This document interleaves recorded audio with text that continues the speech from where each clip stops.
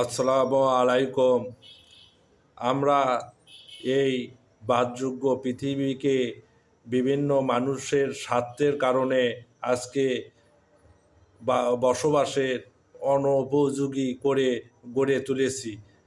তার ফলে আমাদের সবার শরীরে বিভিন্ন প্রকার রোগ ব্যাধি বাসা বেঁধেছে।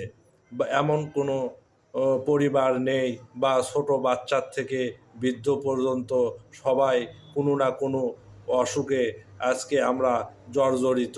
সেটা বিশ্বের দিকে তাকালেও যেমন সত্য, তেমনি আমাদের দেশের দিকে যদি আমরা দৃষ্টি দিই, সেটা লক্ষণীয় ভাবে প্রতীয়মান হয় যে আমরাও একটি রোগাজাতি হিসাবে বেঁচে আছি।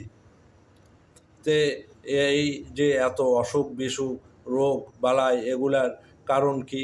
এগুলার কারণ হলো আমাদের যে জীবন ব্যবস্থা বা আমরা যে জীবন যাপন করছি তার ভেতর বিশাল ত্রুটি বা গ্যাপ রয়েছে। আমরা প্রতিনিয়ত কার্বন নিঃসরণ করেই যাচ্ছি এবং এর ফলে পৃথিবী উত্তপ্ত হচ্ছে দিন দিন।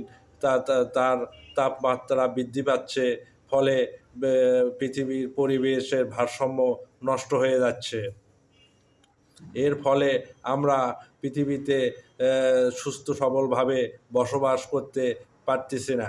আমরা মানুষরা আমরা যেখানে পৃথিবীকে সুন্দরভাবে গড়ে তুলব, এই জন্য আল্লাহ আমাদেরকে পৃথিবীর খলিফা বা প্রতিনিধি হিসাবে প্রেরণ করেছিলেন।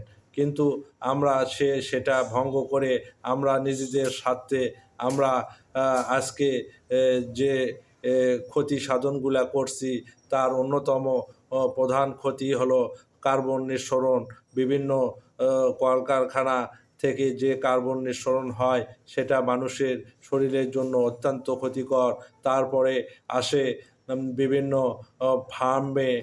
ফার্ম, যেমন গরু, মুরগি, হাঁস বা এরকম জীবজন্তুর যে ফার্মগুলো রয়েছে, সেখানে রোগ ব্যাধি নিরাময়ের জন্য ওভার অ্যান্টিবায়োটিকের ব্যবহারের ফলে আমরা এ সকল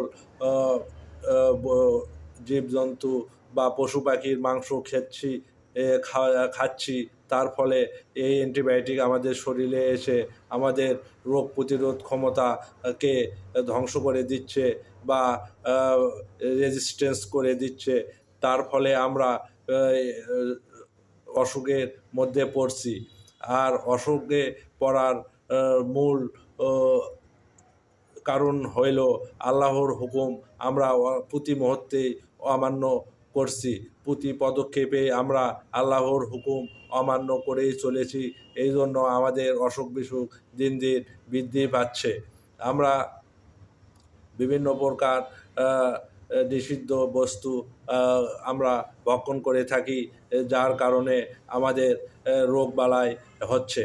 তারপরে আমরা যে সকল কৃষিপণ্য উৎপন্ন হয়, যেমন ধান, গম, চাল, আটা বা ইক্ষু, কুষার বা বিভিন্ন ফলমূল, এগুলাতে অতিমাত্রায় পেস্টিসাইড বা কীটনাশক ব্যবহার করার ফলে আমাদের এই দেশে রোগের অন্যতম কারণ হয়ে দাঁড়িয়েছে।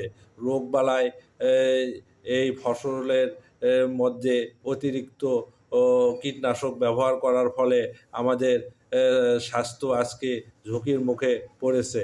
এটা খালি আমাদের দেশেই নয়, সারা পৃথিবীব্যাপী ছড়িয়ে পড়েছে বা প্যান্ডেমিকভাবে ছড়িয়ে পড়েছে।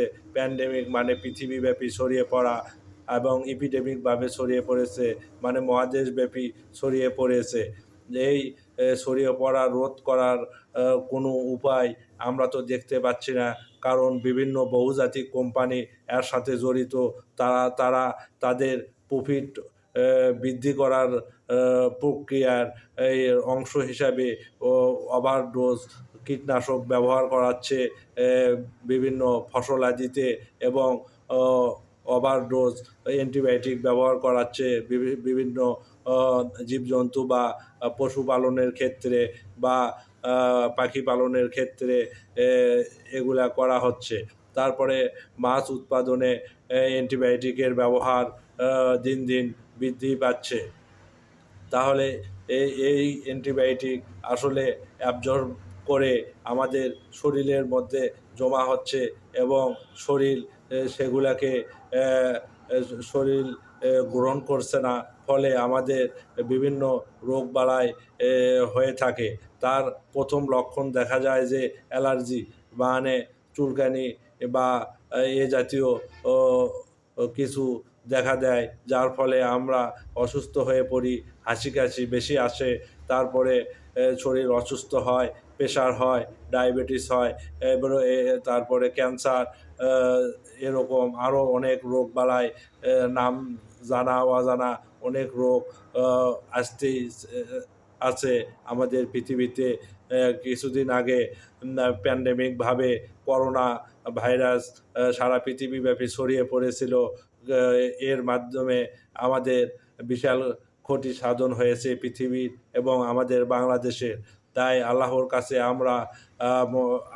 কাছে আমরা করজোড়ে মিনতি করি, যাতে এ সকল রোগবালাই থেকে আল্লাহ আমাদেরকে মুক্তি দান করেন এবং আমরা মানুষরা সৎ হই এবং এই যে ওভারডোজ অ্যান্টিবায়োটিক এবং ওভার ডোজ কীটনাশক বিভিন্ন খাদ্যদ্রব্যে ব্যবহার না করি এবং ফলে কার্বাইড ব্যবহার না করি এবং মাছ মাংসে ফরমালিনের ব্যবহার না করি, করে স্বাস্থ্য মানুষকে স্বাস্থ্য ঝুঁকিতে আমরা ফালাই না। যারা এগুলার সাথে জড়িত তারা মানুষের স্বাস্থ্য নিয়ে খেলা করছে, তাদের এই খেলা অবশ্যই থামাতে হবে। না হলে আমরা একটা রুগ্ন জাতি হিসাবে নিজেকে আমরা প্রতিষ্ঠিত করেছি, এর থেকে আর বের হতে পারবো না। আমাদের পরবর্তী প্রজন্ম দিন দিন ক্ষতিগ্রস্ত হতেই থাকবে। আজকে এ পর্যন্তই। আল্লাহ হাফেজ।